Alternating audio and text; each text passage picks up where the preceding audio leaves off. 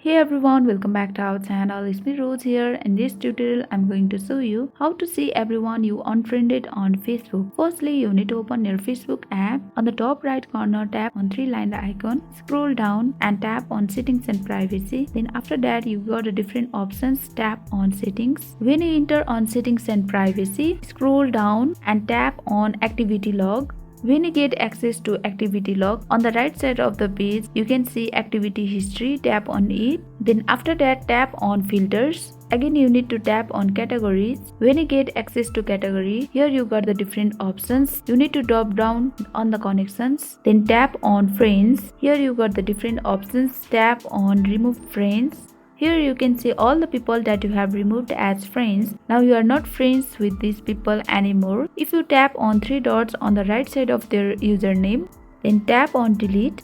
Again, you need to tap on delete. And this is how we see everyone you unfriended on Facebook. I hope this tutorial helped you, and if you are new to our channel, make sure to subscribe, like and hit the notification bell icon. And thanks for watching.